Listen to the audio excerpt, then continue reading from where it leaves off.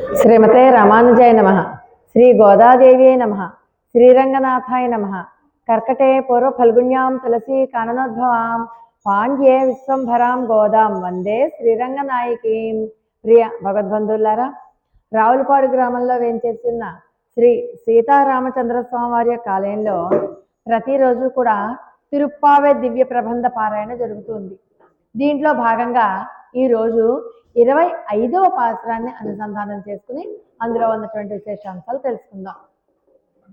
నిన్న 24వ పాసురంలో మంగళాశాసన పాసురం ఏమన్నారు? మేము ఎంత మంగళం పాడినా, ఎంత ప్రార్థన చేసినా మా ప్రార్థన కాదు సాధనం. ఏంటి సాధనం? నిన్ను పొందాలి అంటే నీ దయే, నీ దయ ఉంటేనే మేము పొందగలుగుతాం, నీ దయ మా ప్రాప్తం అంటూ నిన్నటి పాసురంలో చెప్పారు. అయితే ప్రాపంచిక వస్తువులు అంటే మనం చూడండి, ఫ్రిడ్జ్, కారు, స్కూటరు, చీర ఇలాంటివి వస్తువులు పొందినట్టుగా పరమాత్మని కూడా ఈ పాంచభౌతిక శరీరంతో అంటే కదులుతున్నటువంటి ఈ శరీరంతో మనం పొందలేం, దర్శించలేం కూడా. ఎలాగది? పరమపదంలో దివ్య దేహంతో మాత్రమే మనం దర్శించడానికి వీలవుతుంది. మనకేమనిపిస్తుందంటే పరమాత్మ గురించి విని, పరమాత్మ గుణాల యొక్క గొప్పదనం గురించి విని అది మన మనసులో ప్రేమగా మారి ఎలాగన్నా సరే పరమాత్మని పొంది తీరాలి అన్న త్వర, తీవ్ర వాంఛ కలుగుతుంది. మరి ఇలాంటి వాళ్ళ కోసం మరి పరమాత్మ రావాలి కదా. ఆయనే ఎలా వస్తాడు అంటే 2 రకాలుగా వస్తాడు. ఒకటి ఆర్చామూర్తిగా వస్తాడు, ఇంకొకటి అవతారాలు దాలుస్తాడు. రామకృష్ణాది అవతారాలు మనం చెప్పుకున్నాం. ఆర్చామూర్తిగా అంటే మనం ఇప్పుడు ఆరాధిస్తున్నటువంటి అవతారం. ఈ ప్రాకృతమైనటువంటి దివ్యదేహంలో మనలాగే పుడతాడు పాపం, కానీ మనం గమనించుకోలేం. అంటే మనలాగే ఉంటారు కదా, మనతో పాటు తింటూ తిరుగుతూ మన ఇంటికి వస్తూ పోతూ ఉండేవాడు సడన్గా మహాపురుషుడు అని ఎలా గుర్తిస్తాం? మనం గుర్తించలేం. అది ఎప్పుడు గుర్తిస్తాం? మనకి కూడా అంత స్థాయిలో భక్తి ఉంటే ఖచ్చితంగా మనకి గుర్తించగలం. అంటే భగవత్ కృప ఉండాలి. భగవత్ ప్రాప్తి కావాలి అంటే ముందు భగవత్ కృప ఉండాలి. అలా భగవత్ కృప కలిగినటువంటి సాధు పుంగవులకి మాత్రమే పరమాత్మ కనిపిస్తాడు. అలాంటి వాళ్ళకి మాత్రమే కనిపిస్తాడు. మన కోసం జన్మ లేనివాడు జన్మిస్తాడు, అసలు మరణమే లేనివాడు మరణిస్తాడు కూడా, 2 రకాలుగా కూడా. మరి ఆయనకి జన్మ ఉంటుందా? ఆయనే సృష్టి స్థితి లయకారకుడు. అలాంటిది ఆయనకి జన్మ ఏంటి అంటే మన మీద ప్రేమ కొద్దీ ఈ భూలోకంలో పుడతాడనమాట ఆయన. అయితే మరి ఈ సమస్త కళ్యాణ గుణ పరిపూర్ణుడైనటువంటి పరమాత్మని పొందడం ఎలాగా? ఎలా పొందాలి మనం? మరి ప్రాకృతమైనటువంటి దివ్యదేహం ఇప్పుడు మనకి ఎలా వస్తుంది? రాదు కదా. అది ఒకవేళ మనకి శరీరం అనంతరం వచ్చిందా లేదా మనకి ఎలా తెలుస్తుంది? పొందామని ఎలా తెలుస్తుంది అంటే అది విభవ అవతారాలయందు, ఆర్చామూర్తిగా ఉన్నటువంటి అవతారాలయందు మాత్రమే సాధ్యం అవుతుంది. అలా తెలుసుకోవాలన్నమాట మనం. అంటే అదొక భగవద్ రహస్యం. ఏంటి? పరమాత్మ మన కోసం మనల్ని ఉద్ధరించడానికి ఈ ప్రాకృత శరీరంతో, కదిలే శరీరంతో మన కోసం ఈ భూమి మీద పుట్టాడు అని భగవద్ రహస్య జ్ఞానం తెలుసుకోవడమే ఇప్పుడు ఉన్నటువంటి పాసురం యొక్క ముఖ్యం. అలా ఎవరైతే అవతార రహస్య జ్ఞానాన్ని తెలుసుకుంటారో వాళ్ళు తరించిపోతారు. అలా కాకుండా ద్వేషించిన వాళ్ళు ఉంటారు, వాళ్ళు నశించిపోతారు. రావణాది కుంభకర్ణులు వీళ్ళంతా కాదు. కొంతమంది గోడ మీద పిల్లిలాగా ఉదాసీనంగా ఉంటారు. వాళ్ళు కర్మ ప్రవాహంలో కొట్టుకుని పోతూనే ఉంటారు. అంటే పుట్టడం చనిపోవడం, పుట్టడం చనిపోవడం, వాళ్ళు పుడుతూనే ఉంటారు, మళ్ళీ దేహం అయిపోయాక మళ్ళీ చనిపోతూనే ఉంటారు. అంటే జనన మరణ కాల చక్ర భ్రమణంలో తిరుగుతూనే ఉంటారు. ఎప్పటికో ఎన్ని జన్మల తర్వాతనో వాళ్ళకి భగవత్ ప్రాప్తి కలిగే ఇది ఉంటే కనుక వాళ్ళ కర్మానుసారంగా భగవంతుడిని తెలుసుకోవాలి తప్పితే అంతవరకు తెలుసుకోలేరు. పరమాత్మ మనకి ఇదే విషయాన్ని మనకి భగవద్గీతలో చెప్తారు. జన్మ కర్మ చమే దివ్యం యో వేత్తి తత్వతః త్యక్తాదేహం పునర్జన్మ నైతి మామేతి సోర్జున. ఓ అర్జున, అనేక జన్మలు ఉన్నాయి. ఎన్ని జన్మలు ఉన్నాయో నాకు తెలుసు, కానీ నీకు తెలియదు. దివ్యమైనటువంటి నా జన్మని కర్మని సంపూర్ణంగా ఎవరైతే తెలుసుకుంటాడో వాళ్ళు నన్ను పొందుతారు. తెలుసుకోలేని వాడు ఈ జన్మలో కాదు, అలా తిరుగుతూనే ఉంటాడు. తెలుసుకుంటే గనక ఈ జన్మలో నాతో పాటు వచ్చేస్తాడు. అని మనకి చెప్పారు. అలాగే చూడండి, యదా యదా హి ధర్మస్య గ్లానిర్భవతి భారత అభ్యుత్థానం అధర్మస్య తదాత్మానం సృజామ్యహం అంటారు. ఎక్కడెక్కడైతే ధర్మానికి గ్లాని అంటే క్లేశం వస్తుందో అక్కడ నేను అవతరిస్తాను. అలా ఎన్నో అవతారాలు తీసుకున్నాడు పరమాత్మ. మనం ఏదో దశావతారాలు అని చెప్పి 10 అవతారాలే చెప్పుకున్నాం, కానీ ఎన్నో అవతారాలు తీసుకున్నాడు పరమాత్మ. అలాగే ఇంకా ఆయనకి అసలు ఏమైనా జన్మించడమే లేనివాడు మన కోసం జన్మిస్తున్నాడు. అన్ని అవతారాలలో కూడా జరిగింది అదే. అలా ఉపనిషత్తులలో చెప్పినట్లుగా పరమాత్మకి జన్మ ఉండదు, కర్మ ఉండదు.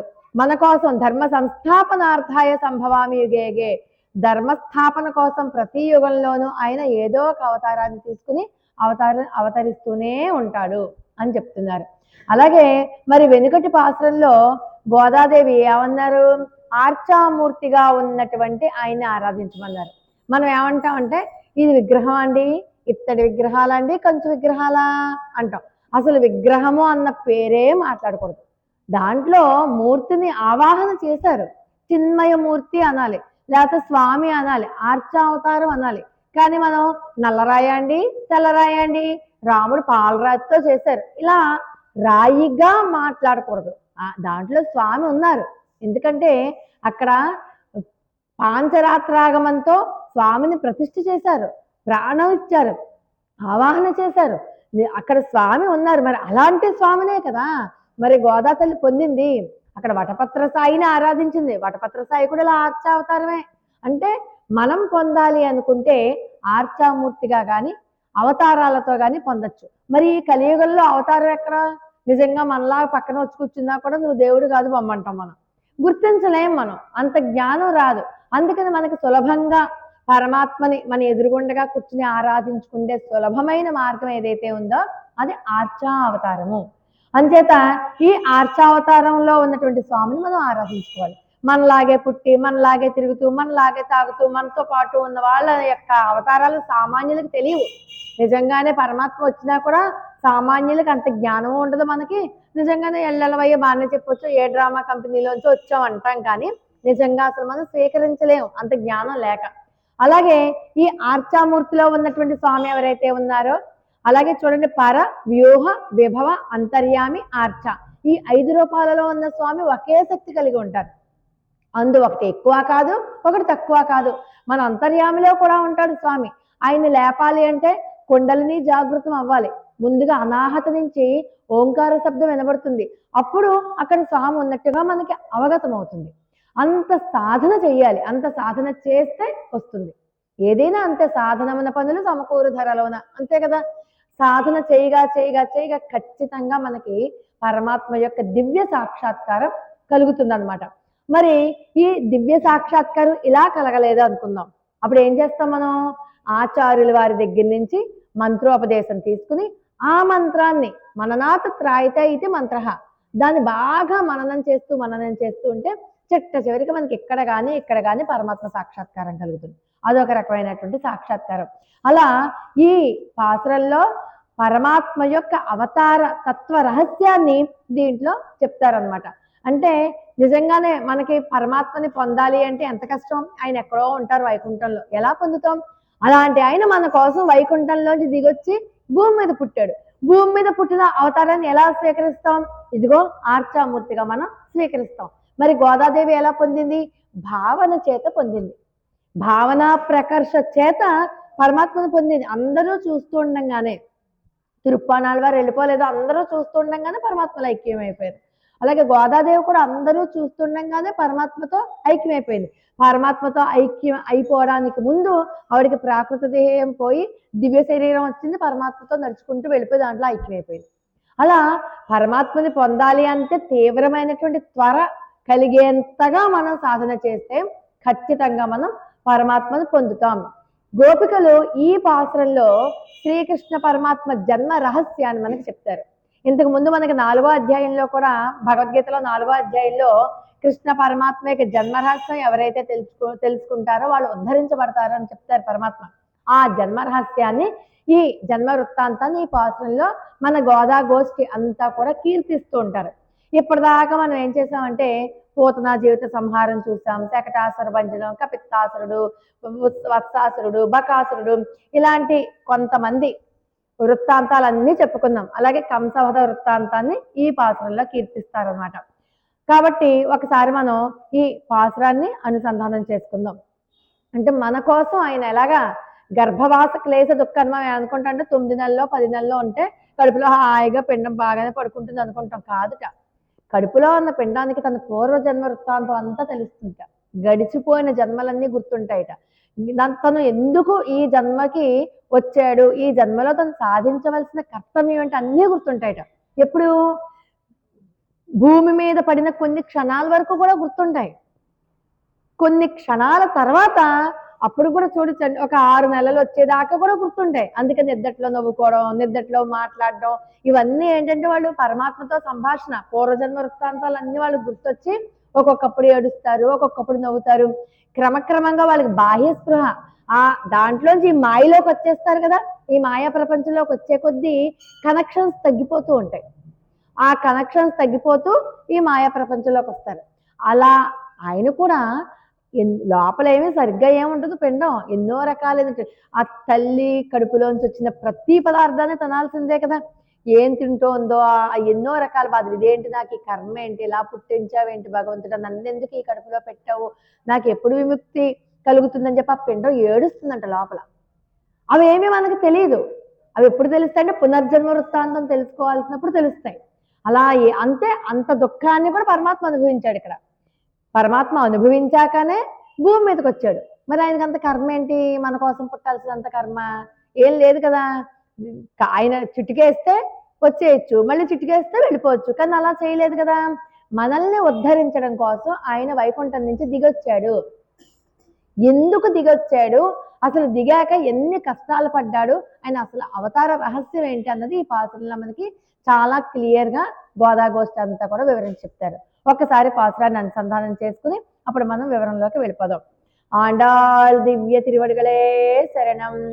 ఒరిత్తి మగనాయ్ పిరందు ఓరిరవిల్ ఒరిత్తి మగనాయ్ ఒళిత్తు వளரா தரிக்கிலானாகித்தான் தீங்கி நினைந்தா கருத்தை பிழைப்பித்து கஞ்சன் வயிற்றில் நெருப்பென்ன நின்ற நெடுமாலே உன்னை அறுத்தித்து வந்தோம் பறை தருதியாகல் திருத்தக்க செல்வமும் சேவகமும் யாம்பாடி வருத்தமும் தீர்ந்து மகிழ்ந்தேல் ஒரெம்பாவாய். ఆండాళ్ దివ్య తిరువడిగలే శరణం. ఒరిత్తి మగనాయ్ పిరందు, ఎవరికందరు ముందర ఎవరికి పుట్టాడు, దేవకి దేవికి కదా. చూడండి, మనకి రామాయణంలో చూసుకున్నట్టయితే ఒక ఆయన ఎన్నో వ్రతాలు ఉపవాసాలు యజ్ఞాలు చేస్తే 9 పిల్లలు పుట్టారు. కృష్ణావతారంలో చూసుకుంటే 9 వ్రతాలు ఉపవాసాలు చేస్తే ఒక్కడు పుట్టాడు. దశరథ మహారాజు వ్రతాలు యజ్ఞాలు యాగాదులు చేస్తే రామలక్ష్మణ భరత శత్రుఘ్నులైన 9 కొడుకులు పుట్టారు. ఇక్కడ నందయశోదలు దేవకి వసుదేవులు ఈ 9 వ్రతాలు ఉపవాసాలు చేస్తే కృష్ణ పరమాత్మ ఉదయించాడు. మరి ఈ భగవదవతారాలలో అంటే భగవదవతారాలను కన్న తల్లులలో ఎవరు గొప్పవాళ్ళు, దేవకీదేవి గొప్పదా కౌసల్య గొప్పదా చెప్పండి.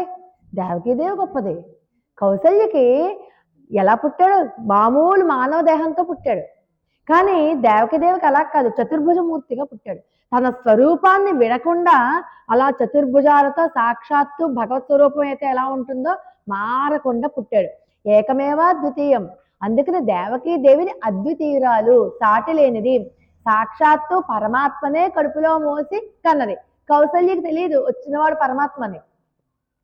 మామూలుగా అందరి పిల్లలు ఎలా పుట్టాడు, మనకి పిల్లలు ఎలా పుడతారో అలా పుట్టడం వల్ల పరమాత్మని తెలియదు, కానీ దేవకీదేవికి తెలుసు. అందుకని దేవకీదేవి లాంటి తల్లి ఇంకొకళ్ళు ఉండరుట. దేవకీదేవి అద్వితీయురాలు, సాటి లేని అమ్మ. కాబట్టి అలాంటి పెద్దవాళ్ళని పేరు పెట్టి పిలవడమే అమ్మో ఒరిత్తి అంటారు. ఒక ఆమెకి పుట్టాడు బిడ్డగా అంటూ ఈ దేవకీదేవిని పేర్కొన్నారనమాట. మరి సర్వలోకాలు సర్వభూతాలు తానే ఉన్నటువంటి పరమాత్మకి తల్లి తండ్రి అయ్యే భాగ్యం ఎవరికి దక్కింది, మొట్టమొదటిగా దేవకి వసుదేవులకే దక్కింది. అంటే సాక్షాత్తు పరాత్పరైనటువంటి స్వామిని తన కడుపున మోసినటువంటి భాగ్యం కలది కదా తల్లి, సర్వశ్రేష్టమైనటువంటి తల్లి. ఇలాంటి తల్లి ఎవరికైనా ఉంటుందా, ఎంత గొప్ప భాగ్యశాలి. దేవకీదేవికి పుట్టాడు, అయ్యో ఇంత భాగ్యశాలి అయినటువంటి దేవకికి పుట్టాడా పరమాత్మ. అందులోనూ గర్భవాస క్లేశ దుఃఖాలు అనుభవించి మరీ పుట్టాడా అంటూ గోపికలు ఆశ్చర్యపోతున్నారు. పైగా కోరుకుంది దేవకీదేవి, నువ్వు నా కడుపును పుట్టాలి అని చెప్పి కోరింది కదా అని చెప్పి వెంటనే ఆయన వైకుంఠంలో హాయిగా కాళ్ళు చెప్పుకుని ఉండకుండా అక్కడి నుంచి గర్భవాస క్లేశ దుఃఖాన్ని అనుభవించడానికి దేవకీదేవి గర్భంలో ఉండి 10 నెలలు మోసి 10 నెలల తర్వాత పుట్టాడే. ఆహా, ఏమి గొప్ప తల్లి, ఏమి వాత్సల్యమూర్తి. ఏదో ప్రహ్లాదుని రక్షించడానికి స్తంభంలో వచ్చేసినట్టుగా, గజేంద్ర మోక్షంలో గజేంద్రుని రక్షించడానికి ఉన్న ఫలంగా సిరికిని చెప్పడు శంఖ చక్ర గదం సేదో సంధింపడే అన్నట్టుగా లక్ష్మీదేవికి ఎవరికి చెప్పకుండా వచ్చేసినట్టుగా ఏమన్నా పుట్టాడా? అదైతే అసలు గర్భవాస క్లేశ దుఃఖమే అక్కర్లేదు కదా, ఇలా వస్తాడు పని అయిపోతుంది అలా వెళ్ళిపోవచ్చు. కానీ అలా చేయలేదు పరమాత్మ. ఆటపాటలు ఉగ్గుపాల దగ్గర నుంచి అనుభవిద్దాము, వీళ్ళందరినీ తనతో పాటు తీసుకెళ్దాము అన్న ఉద్దేశంతో పాపం పుట్టాడు. ఎంత పుట్టిన వెంటనే పాపం దేవకీ వసుదేవులకు భయం వేసిందిట. మరి చతుర్భుజాలు శంఖచక్రాలతో ఆయన పరాత్పరుని యొక్క స్వస్వరూపం మారకుండా పుట్టేసరికి ఇది కనుక కంసుడు కనుక చూశాడంటే ఈ పిల్లాన్ని కూడా ఎత్తుకుపోతాడు. అంతకుముందు 6 పిల్లల్ని స్వాహా చేసేసాడు. అమ్మో, నువ్వు ఎట్టి పరిస్థితుల్లోనూ నీ స్వరూపాన్ని మాకు చూపించుకునయ్యా, ఉపసంహరించుకో అంటే పుట్టిన వెంటనే ఉపసంహరించేసుకున్నాడు ఆయన. మరి రామచంద్రమూర్తి కాస్త పెద్దయ్యాక తండ్రి మాట వినడం మొదలు పెట్టాడేమో. కానీ మా కన్నయ్య అలా కాదు, పుట్టుకతోనే తల్లిదండ్రుల మాట విని తన స్వరూపాన్ని మార్చేసుకున్నాడు. ఓరిరవిల్ ఒరెత్తి మగనాయ ఒళిత్తు వలరా, ఒకే రాత్రిలో పుట్టాక ఒకే రాత్రిలో వేరొక చోటకి వెళ్ళి వేరొక ఆమెకి కొడుకుగా వెళ్ళిపోయాడు. అక్కడ కూడా పేరు చెప్పదు, వేరొక చోటికి వేరొక ఆమెకి కొడుకుగా పుట్టాడు. మనం సామాన్యమైనటువంటి సంసారంలో ఏంటి, బిడ్డ ఎప్పుడు పుడతాడా అని చూస్తాం. తీరా వంశోద్ధారకుడు పుట్టాడు అనగానే మనకి వెంటనే అసలు కాళ్ళు చేతులు ఆడో, అందరికీ ఫోన్లు చేసి చెప్పేసుకుంటాం, స్వీట్లు పంచేసుకుంటాం, బోళంత పండగలు, వీలైతే గుళ్ళల్లో కొంచెం అర్చనలు కూడా చేయించేసుకుంటాం పిల్లాడి పేరున కుటుంబం పేరున. కానీ ఈ పిల్లాడు పాపం పుట్టాడా కొన్ని క్షణాలు కూడా అవ్వకుండా అదే రోజు రాత్రి వేరే చోటికి బిడ్డగా వెళ్ళిపోయాడు. మరి ఆ రాత్రి అంత అద్వితీయమైనటువంటి రాత్రి, ఆ రాత్రి దేవకీ వసుదేవుల యొక్క చెరసాల సంకెళ్ళు తెంచినటువంటి రాత్రి. అక్కడ ఉన్నటువంటి మొత్తం కాపలా వాళ్ళందరూ కూడా స్పృహ కోల్పోయినటువంటి రాత్రి. అంత చెమ్మ చీకటిలో సైతం యమునా నది దారి ఇచ్చినటువంటి రాత్రి. అసలు అలాంటి రాత్రి అంటూ ఒకటి ఉంటుందా? శ్రీకృష్ణ పరమాత్మ సాక్షాత్తు పరమాత్మ అవతరించినటువంటి రాత్రి. కాబట్టి ప్రకృతిలో, ఈ ప్రకృతి మండలంలో ప్రాకృత శరీరంతో అవతరించిన పరమాత్మ అవతరించినటువంటి ఆ రాత్రి ఉంది కదా, దేవకీదేవి ఎంత సాటి లేని దేవకీదేవి తల్లో, అలాగే ఆ రాత్రి కూడా అంత సాటి లేనిదే. ఇలాంటి రాత్రి ఇంక ముందు ఉంటుందో లేదో తెలియదు, ఉండదు, ఇక ముందు రాదు, వెనకాల ఎప్పుడు ఉన్నట్టు మనకు తెలియదు. అంత గొప్ప రాత్రి. అందుకని ఆ యమునికి దారి ఇచ్చిన రాత్రి, కంస వధకు మూలమైనటువంటి కృష్ణ పరమాత్మ పుట్టినటువంటి రాత్రి అంటే రాత్రి కూడా అద్వితీయమైందని ఏంటి ప్రకృతిని కూడా పొగుడుతున్నారు. మరి పాపం ఏ అవకాశము లేదు వసుదేవుడికి. అయ్యో బిడ్డ పుట్టాడు కదా, నలుగురికి స్వీట్ బాక్సులు పంచిపెడదాం అనుకున్నాడా? ఆ ఆనందానికి నోచుకోలేదు. పోని నలుగురికి పోని చెప్పుకుని మెళ్ళ మంగళహారాలు ఏవో చూడండి, రాజులు ఏం చేస్తారు, మెళ్ళ ఉన్న హారాలు తీసుకొచ్చి ఇచ్చేస్తారు బహుమతిగా. అలా ఇచ్చుకుని ఆనందిద్దామన్నా కూడా ఆనందం, గట్టిగా మాట్లాడితే కంసుడు ఎక్కడ ఎత్తుకుపోతాడని భయపడుతూ దిగబెట్టాడు కదా, మరి ఇంకేం ఆనందిస్తాడు? కనీసం ఒక వాద్యం మోగించడం లేదు, కనీసం పక్కవాడితో కూడా చెప్పుకోవడానికి వీల్లేదు. అయ్యో ఎంత దుర్దశ అయింది పరమాత్మకి. అంత దుర్దశ సామాన్యులైన మనమే అందరికీ చెప్పేసుకుంటామే, పరమాత్మ పుడితే ఎంతమందికి చెప్పుకోవాలి? కానీ చెప్పుకోవడానికి వీలు లేనంత దుర్దశ అనుభవించాడు. ఎవరి కోసం? ఆయన జన్మ మన కోసమే. కానీ మనం ఏం చేసాం? మన జన్మ ఎందుకోసం వచ్చింది? ఆయన నుంచి విడిపడిపోయి కర్మవశాత్తు భూమి మీదకి వచ్చాం. మన జన్మ ఆయన నుంచి మనల్ని విడదీసింది, కానీ ఆయన జన్మ అక్కడి నుంచి కిందకి వచ్చి పుట్టడం వల్ల మనకి దగ్గర చేస్తుంది. కాబట్టి మన జన్మ కంటే కృష్ణ పరమాత్మ యొక్క జన్మే చాలా ముఖ్యము. అంతేకాదు, ఎవరైతే కృష్ణ పరమాత్మ యొక్క ఈ జన్మ రహస్యాన్ని తెలుసుకుంటారోట, వాళ్ళకి ఈ సంసార బంధనాలన్నీ కూడా దేవకీ వసుదేవుల యొక్క చేతి గొలుసులు ఎలాగైతే విడిపోయాయో పడిపోయాయో అలా అంత దూరం అయిపోతాయి, తనంతట తానే వదిలిపోతాయి. అందుకని కృష్ణ జన్మ వృత్తాంతం ఖచ్చితంగా తెలుసుకోవాలి. అంతేకాదుట, వెళ్ళాడు పాపం రాత్రి. వెళ్ళి ఎక్కడికి వెళ్ళాడు? యశోదాదేవి దగ్గరికి వెళ్ళాడు. అప్పటిదాకా వెర్రి పిల్లాడు, కనీసం కన్ను తెరవలేదు, ఏడవలేదు, పాలు అడగలేదు, ఏమీ లేదు. అసలు పుట్టాడా లేదా అన్నట్టుగా గమ్మున కూర్చున్నాడు. ఎప్పుడైతే వసుదేవుడు తీసుకెళ్లి యశోదాదేవి పక్కన పడుకోబెట్టాడో అప్పుడే పుట్టేట్టుగా క్యార్మన్ అన్నట్ట. అంటే నిజానికి యశోదకి పుట్టిన బిడ్డ కాదు, కానీ ఈ పిల్లాడికి పాలిచ్చింది, పెంచింది తనే కన్నదా అన్నట్టుగా సొంత తల్లిలాగా సాకింది. ఓ దేవకీదేవి కాదు తల్లి, యశోదాదేవే తల్లిగా ప్రవర్తించింది.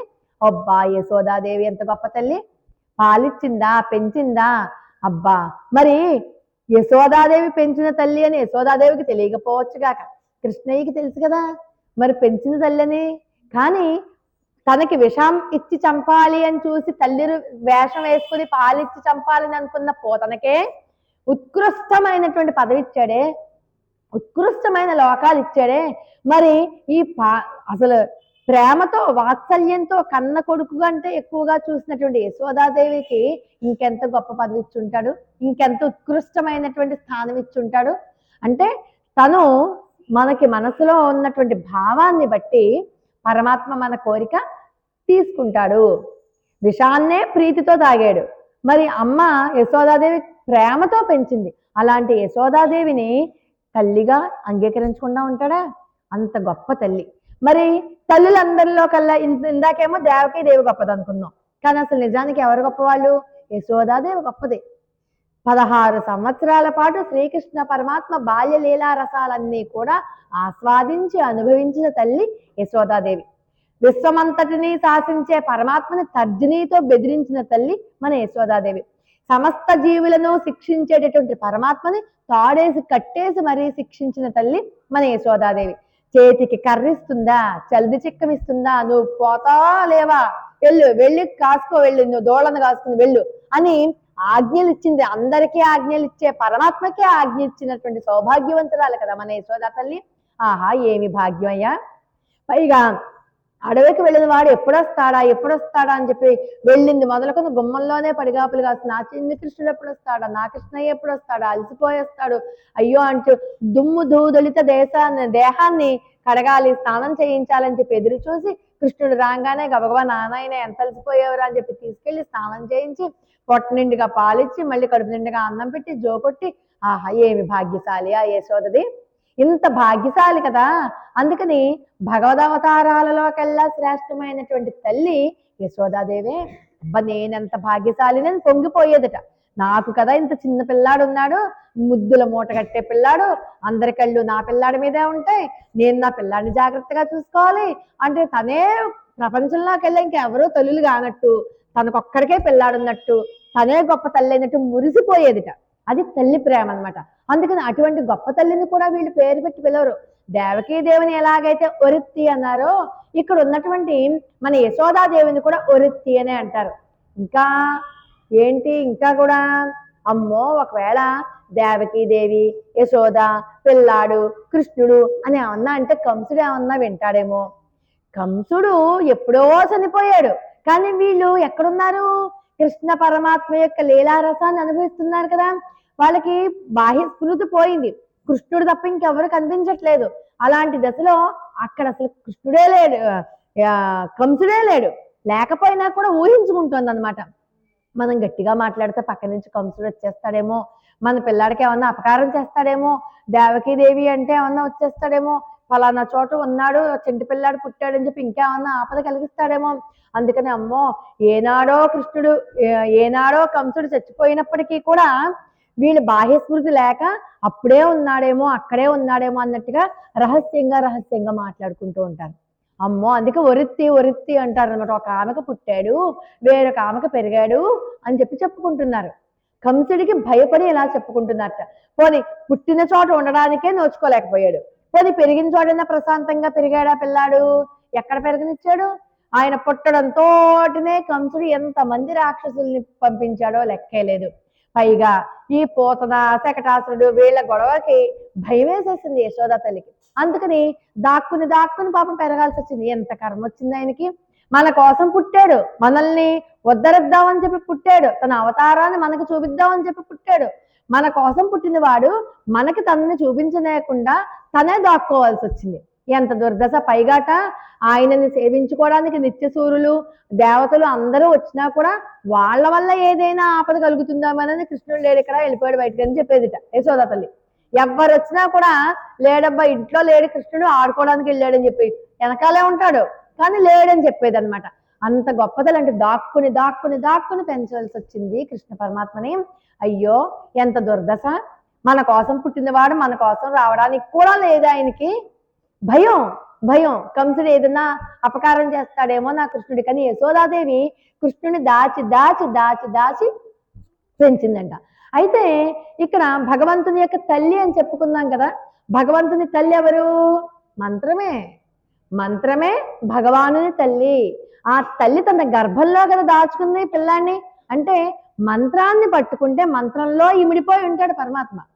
మంత్రం వేరు పరమాత్మ వేరు కాదు, మంత్రంలోనే పరమాత్మ ఉంటాడు. అవాంగ్ మానస గోచరుడు, మనకి నోటికి అందడు దృష్టికి అందడు. మనం మంత్రంతోనే పట్టుకోగలం ఆయన్ని. ఆయన పొందాలి అంటే ఎలా పొందాలి? మంత్రం ద్వారానే సాధ్యం అవుతుంది. అందుకే ఆ మంత్రాన్ని పట్టుకుని అలా మననం చేస్తూ చేస్తూ చేస్తూ ఉంటే ఆ మంత్రానికి వసడై ఉన్నటువంటి పరమాత్మ ఏదో ఒక రోజు మనకి సాక్షాత్కారం ఇస్తాడు. అంత గొప్ప పరమాత్మ ఈయన, అంత గొప్ప మంత్రం కూడా. మరి కృష్ణ పరమాత్మకి ఇద్దరు తల్లులు అని చెప్పుకున్నాం కదా, దేవకీదేవి. అలాగే మంత్రాలు కూడా రెండు గొప్ప మంత్రాలు ఉన్నాయి. పరమాత్మ యొక్క సర్వవ్యాపకత్వాన్ని సూచించే మంత్రాలు రెండు. అవి ఏంటంటే నారాయణ అష్టాక్షరి, వాసుదేవ ద్వాదశాక్షరి. ఈ రెండు మంత్రాలు కూడా సర్వవ్యాపకత్వాన్ని సూచించేవి.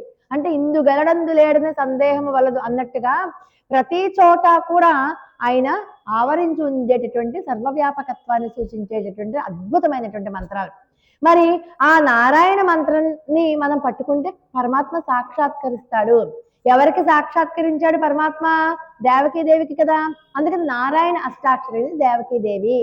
దేవకీదేవి అన్నాము అంటే నారాయణ అష్టాక్షరి. అక్కడి నుంచి ఇక్కడికి వచ్చి పెరిగాడు కాబట్టి ఆయన వాసుదేవ ద్వాదశాక్షరి ఎవరు? యశోదాదేవి. అంటే ఈ వాసుదేవ ద్వాదశాక్షరి అంటే ఓం నమో భగవతే వాసుదేవాయ. సర్వకాల సర్వావస్థల ఎందును ఎవ్వరైనా ఎప్పుడైనా చాలా సులభంగా స్మరించుకోదగిన నామం. స్మరించుకున్నంత మాత్రం చేతనే మన పాపాలన్నీ పటాపంచలు చేసేటటువంటి నామం. మీరు ఈ నామాన్ని పట్టుకుని నిత్యము అనుసంధానం చేసుకుంటే పరమాత్మ సాక్షాత్కారం మనకి కలిగి తీరుతుంది. పరమాత్మ మనకి సాక్షాత్కారం ఇచ్చి తీరుతాడు. అలాంటి గొప్ప నామం ఈ నామం. అందుకని యశోదాదేవిని వాసుదేవ ద్వాదశాక్షరిగా ఇక్కడ పెడుతున్నారనమాట ఈ మంత్రంలో. అయితే మనకి ఇక్కడ ఏమనుకుంటాము అంటే యశోదాదేవిని వాసుదేవ ద్వాదశాక్షరి అనుకున్నాం కదా. సరే, తరిక్కిలానాగిత్తాను. మరి ఇంకా కంసుడు ఒకడు ఉండిపోయాడు కదా, కంసవధ జరగాలి కదా. అమ్మో, ఈ కంసుడికి ఒక భయం వచ్చిందిట. ఫలానా చోట పిల్లాడు పెరుగుతున్నాడు అంటే బహుశా కృష్ణుడేమో అని కనిపించిన ప్రతి చంటి పిల్లాన్ని చంపించేశాడు. పసిపిల్ల ఏడుపు వినపడిన ప్రతి చోట కంసుడు అందరినీ చంపించేశాడు. ఇక రేపలలో ఉన్నటువంటి పిల్లాడి వంతు వచ్చింది. రేపలలో ఉన్నటువంటి పిల్లాడి వంతుకి పోతనని అందరినీ పంపించాడు. కానీ ఏమీ పని జరగల. నారదుడు ఊరుకుంటాడా? వాళ్ళు ఏం చేస్తారు? కావాలని కంసుడి దగ్గరికి వచ్చి నిన్ను చంపాలి, నీ మృత్యువు రేపలలో పెరుగుతోంది అని చెప్పేవారు వచ్చి. దాంతో రేపల నుంచి ఏ చిన్నది ఏదొచ్చినా కూడా అమ్మ వచ్చేసాడేమో తింటున్నా తాగుతున్నా పడుకున్నా శత్రువునే తలుచుకునేవాడు. కానీ కంసుడికి శత్రువు ఎవరు? కృష్ణ పరమాత్మ. అంటే భక్తితో తలుచుకోలేదు, భయంతో తలుచుకున్నాడు. ఎప్పుడెప్పుడు తనకి వెనకాల నుంచి వచ్చేస్తాడేమో పడుకుని వెనక్కి తిరిగేవాడు, ఇటు నుంచి వచ్చేస్తాడేమో ఇటు తిరిగేవాడు, పడుకుంటే చంపేస్తాడేమో తన గుండెల మీద కూర్చున్నట్టుగా కల వచ్చేసేది, వెంటనే లేచేసేవాడు. అంటే పడుకోవడానికి కనురెప్ప కూడా వేయడానికి అవకాశం లేకుండా ఎప్పుడు కృష్ణ ధ్యాసే ఉండేది కంసుడికి. అంత భయం అన్నమాట, ఎప్పుడు ఎటువైపు నుంచి వచ్చి చంపేస్తాడనని. మనకి కూడా అటువంటి భయమే ఉంటుంది. ఈ దేహమే ఆత్మ అని అనుకుంటాం కదా, అభిమానాన్ని పెంచుకుంటాం కదా, అహంకారం అది. కంసుడు అంటే ఎవరో కాదు, అహంకారమే. ఆ అహంకారం పోతేనే కానీ మనం పరమాత్మ దగ్గరికి వెళ్ళలేము, పరమాత్మ మాటనే వార్చలేము మనం. అహంకారం పోతేనే కానీ పరమాత్మ మాటను వార్చలేము. అహంకారం ఉన్నంతసేపు మనకి ఎంజాయ్మెంట్. నేను అనుకున్నాం కదా రజోగుణ ప్రభావం అని. రజోగుణం ఎంత లావిష్నెస్, లగ్జరీ అవన్నీ అలవాటు చేసేస్తుంది. అందుకని గుడికి వెళ్ళడం కంటే సినిమాకి వెళ్ళడానికి ఎక్కువ మొగ్గు చూపుతాం. లేదా గుడికి వెళ్ళం కంటే కోడిపందాల వైపు ఎక్కువ మొగ్గు చూపుతాం. అంటే ఆ లావిష్నెస్ మనల్ని పరమాత్మ దగ్గరికి వెళ్ళనివ్వదు. ఆ రజోగుణ ప్రభావం ఉంది కదా కంసుడు, ఆ కంసుడు ఎంతసేపు ఏం చేస్తాడంటే పరమాత్మని దూరంగా పెట్టాలని చూస్తాడు. ఈ అహంకారం పోతేనే కానీ మనం పరమాత్మ దగ్గరికి వెళ్ళలేం. పైగా ఇచ్చట ఇక్కడ నిన్నైందా తలపెట్టిన అండంలో ఒక రహస్యం ఉంది. ఏంటంటేట పరమాత్మ శిక్షించాలనుకోండి మనల్ని, మీరు పైన ఎన్ని రకాలుగా మాటలతో దూషించిన, ఎన్ని రకాలుగా చేతలతో కొట్టిన పరమాత్మ నొచ్చుకోట. కానీ మనసులో కనుక నీకు ద్వేషభావం కనుక ఉంటే వెంటనే చంపేస్తాడు. ఇప్పుడు చంటి పిల్లలు ఉన్నారు. చంటి పిల్లలు ఏం చేస్తారు? తెగ కొడతారు మనల్ని. ఒళ్ళో కూర్చుంటే తంతునే ఉంటారు వాళ్ళు. కడుపులో ఉన్నప్పుడు తంతారు, కడుపు నుంచి బయటకు వచ్చాక తంతారు. మనం ఏమైనా కోపగించుకుంటామేంటి? ఏదో పసిపిల్ల, ఏమీ తెలియదు, చంటి పిల్లలు కొట్టారులే, వాడికి ఏం తెలుసులే అని ఊరుకోమా? నోటితో కూడా ఏదో తెలిసి తెలియని తిట్లు కూడా తిడతాడు. మనం ఏం పట్టించుకోం. ఎందుకంటే వాడి మనసులో ఏమి లేదు, నిష్కల్మషం, ప్లెయిన్ హార్ట్ చంటి పిల్లలది. అందుకు మనం కోపగించుకోం. కానీ కంసుడు అలా కాదు. కంసుడు ఏం చేశాడు? మాటలతో దూషించాడు, చేతలతో ఎన్నో రకాలైనటువంటి చెడ్డ పనులు చేశాడు, ఎంతో మంది రాక్షసులను నూసుగొల్పాడు. అంతేకాకుండా మనసులో కూడా కృష్ణ పరమాత్మను ద్వేషించాడు. అందుకని కంసుడిని చంపాల్సి వచ్చింది. రక్షించేటప్పుడు నీకు మనసులో రక్షించు అని లేకపోయినా రక్షిస్తాట. కానీ శిక్షించేటప్పుడు మనసులో చూడండి, కొంతమంది కడుపులో కత్తులు పెట్టుకుని పైకి నవ్వుతూ మాట్లాడతారు. పైకి రగిలిపోతూ ఉంటారు కడుపులో, కానీ పైన మాత్రం చక్కగా తేనె పూసినట్టుగా మాట్లాడతారు. అలాంటి వాళ్ళని ఖచ్చితంగా శిక్షిస్తాడు. రక్షించు అన్నప్పుడు నీకు కడుపులో లేకపోయినా పైన మా ఊరికినే అందరూ అంటున్నారు కదా, మనం కూడా గోవిందా అన్నపోతే బాగోదేమోనని గోవిందా అంటాం కదా, దానికి కూడా పుణ్యం నీ ఖాతాలో వేసేస్తాడు. అది అక్కడ పరమాత్మ దగ్గర ఉన్నటువంటి దయాద్ర హృదయం అదనమాట. అందుచేత మేనల్లుడు ధనుర్యాగం అని చెప్పి తీసుకొచ్చి మనసులో కుళ్ళంతా పెట్టుకుని ఎలాగన్నా సరే కృష్ణ పరమాత్మని నాశనం చేసేయాలనో లేకపోతే ఇంకొక ఆపద తెచ్చిపెట్టాలనో అనుకుని ఎన్నో రకాలుగా ప్లాన్లేసి చివరికి ఆయనకి ఏదన్నా అయిందని, అయ్యో నా మేనల్లుడికి ఇలా అయిందా, ఎంత ఇబ్బంది ఉందో, దొంగ ఏడుపులు ఏడుద్దాం అని ముందే ఫిక్స్ చేసుకుని అన్ని రకాలుగా కుట్రలు చేసినప్పటికీ కూడా ఈ మధురా నగరంలో ఉన్నటువంటి ప్రజలందరి కోసము, వాళ్ళందరికి యొక్క భయాన్ని పోగొట్టడం కోసం ఈ కంసుని చంపవలసి వచ్చింది. మరి అంతే వీళ్ళందరూ ఏంటి, అయ్యో ఇంత లేత పిల్లవాడే, ఇంకా 16 సంవత్సరాలు కూడా రాలేదు, ఇంత చిన్న పిల్లాన్ని చంపడానికి కంసుడికి చేతులు ఎలా వచ్చాయి, పైకండానికి ధైర్యం లేదు. అందుకని లోపలే భయం అన్నమాట. భయపడుతున్నారు. అయ్యో ఇంత ఆపద వచ్చిందా, మనకి రక్షించడానికి లేదని భయపడుతున్నారు కదా. తన ఆశ్రితులు, తనని ప్రేమించే వాళ్ళు, తనని భక్తుల యొక్క భయాన్ని కంసుడి మనసులో కార్చుచ్చులాగా పెట్టేట. అక్కడ లంకాని ఎలా దహించట, రావణాసురుడి యొక్క లంకని మన హనుమ సీతమ్మ వారి యొక్క శోకాగ్నినే అగ్నిగా మార్చి లంకని దహనం చేసినట్టుగా ఇక్కడ కూడా తన యొక్క భక్తుల యొక్క మనసులో ఉన్నటువంటి భయాన్ని కార్చిచ్చులాగా కంసుడి మనసులో పెట్టి భయాన్ని రేకెత్తించి అలా చంపేశాడు. అటువంటి కృష్ణ పరమాత్మ అయ్యో ఎంత దుర్దశ వచ్చింది, మన కోసం ఎన్ని పాటలు పడుతున్నాడు. పుట్టాడు బానే ఉంది, చక్కగా పెరుగుతున్నాడు బానే ఉంది, మన అందరి కోసం హాయిగా ఉండొచ్చుగా. లేదు, అడుగడుక్కి ప్రమాదాలు కొని తెచ్చుకున్నాడే.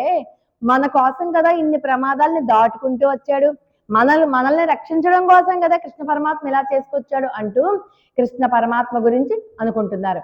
అంటే కంసుడు శ్రీకృష్ణ పరమాత్మ విషయంలో చేసే దుష్ట ప్రయత్నాలన్నింటినీ కూడా పరమాత్మకి తెలిసిన ఈ తన భక్తుల మనసులో ఉన్నటువంటి భయాన్ని వాళ్ళ మనసులో పెట్టి కంసుని సమూలంగా నాశనం చేశాడు.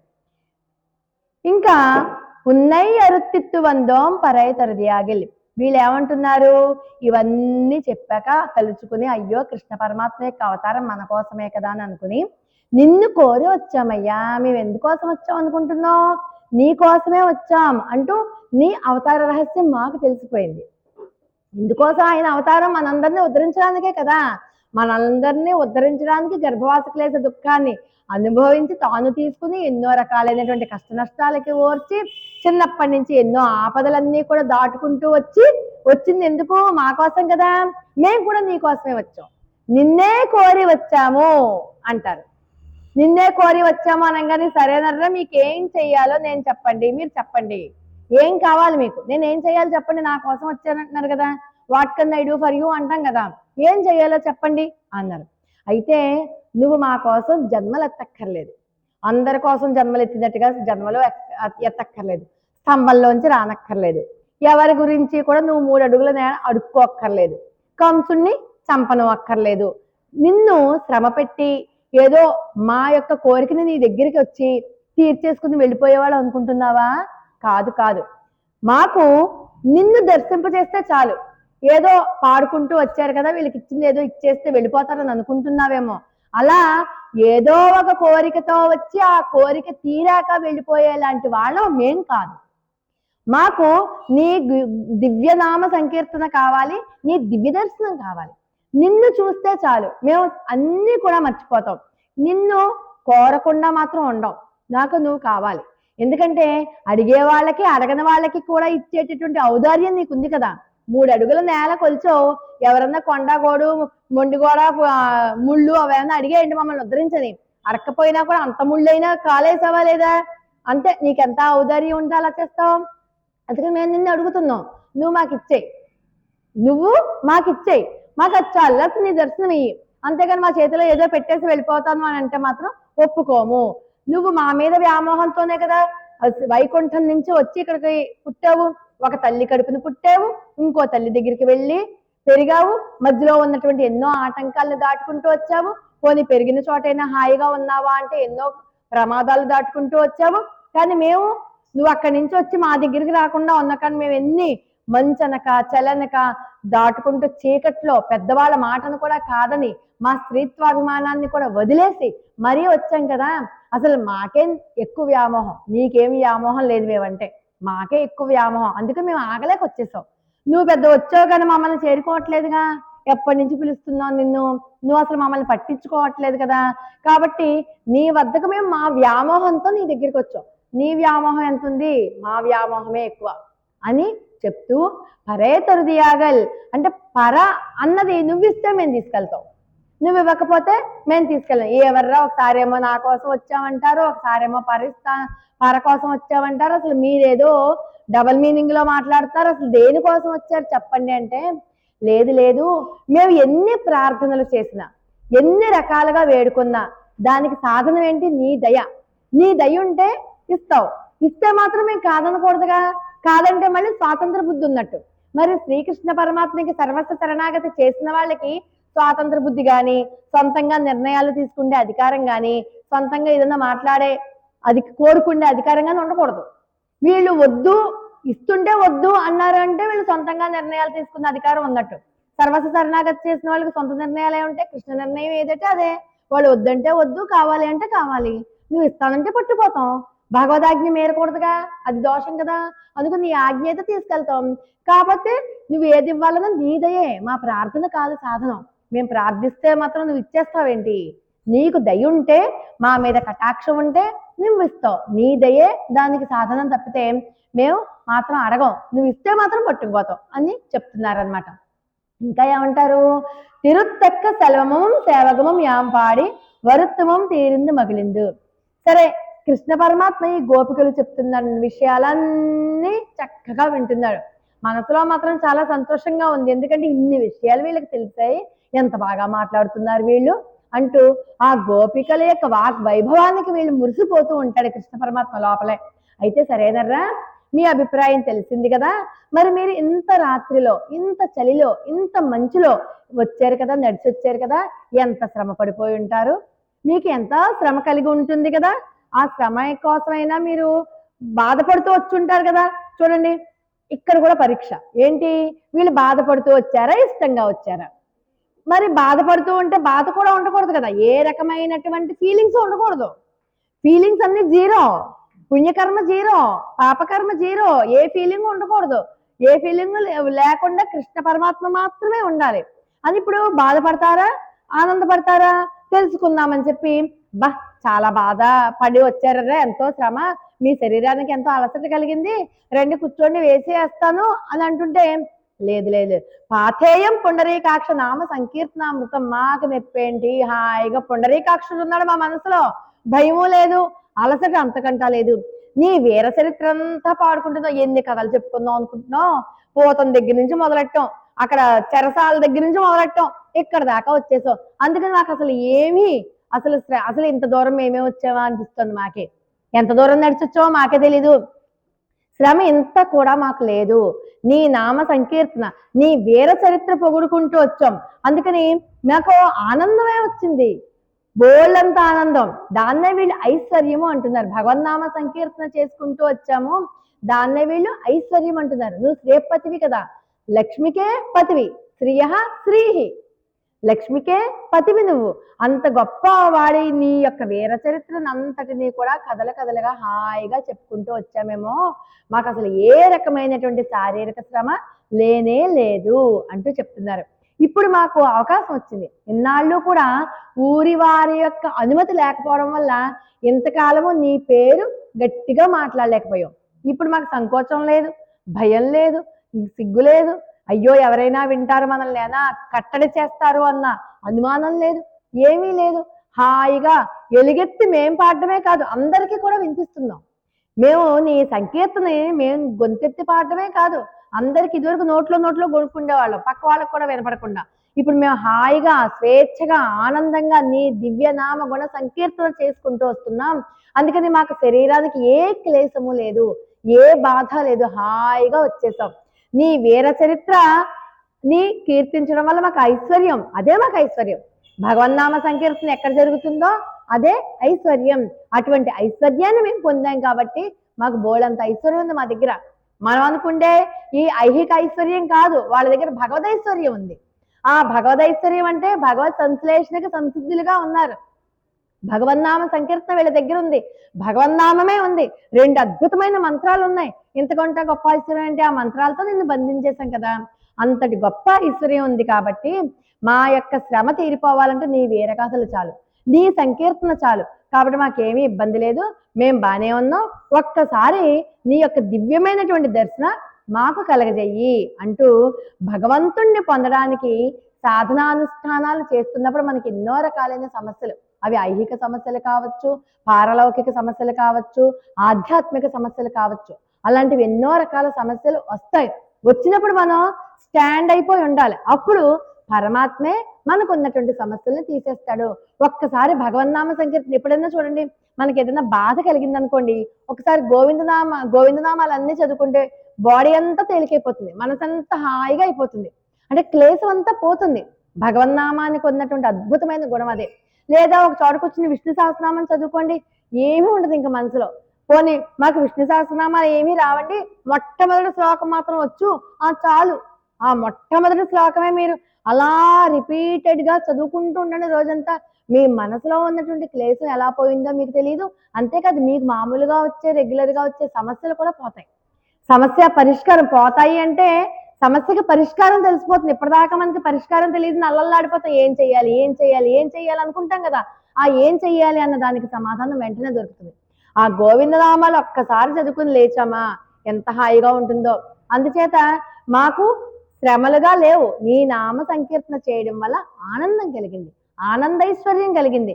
కాబట్టి నామ సంకీర్తనాన్ని సమస్యలకి సాధనంగా చెప్తూ ఆ కీర్తనలు మేము కీర్తించుకుంటూ వచ్చామయ్యా. కాబట్టి మాకు పెద్దల కోసం నువ్వు ఏదన్నా ఇస్తే ఇవ్వు, నా కోసం నువ్వే కావాలి.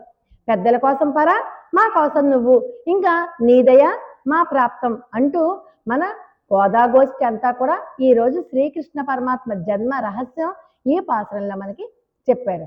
రేపు మరి ఒక పాసురంలో మనం ఇంకా విశేషాంశాలు తెలుసుకుందాం. ఆండాళ్ దివ్య తిరువడిగలే శరణం. స్వస్తి ప్రజాభ్య పరిపాలయంతాం న్యాయేన మార్గేణ మహిం మహిషాః.